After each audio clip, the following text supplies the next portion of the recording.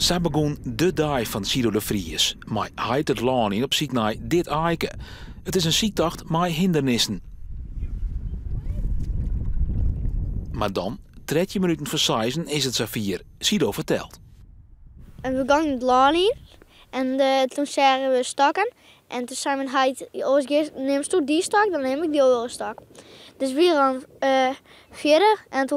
En toen hing ik een meter afstand van het ei. En toen ging ik een stukje daarheen. En toen zag ik het ei lezen. En toen zei hij, wat mooi. Ja, wat dacht je? Ik dacht van, hopelijk ga ik dat eerste ei voelen. Want dat ga ik nog nooit meemaken. En zo zegt dat eruit. Hij kraai! Wie is dat? Ja. En weer? Ik nog een goed acteur, die Sido, maar het gaat nou vanzelfs om zijn kwaliteiten als aaizieker. Hoewel er nog maar 8 jaar is, had er Dassel heel wat ondervinding. Hoe lang ziek is het al? Ben je nog 8 jaar oud? En hoe voel je dorst dit al? Oh, sinds ik draaien weer. Oh, sinds het rijbeest.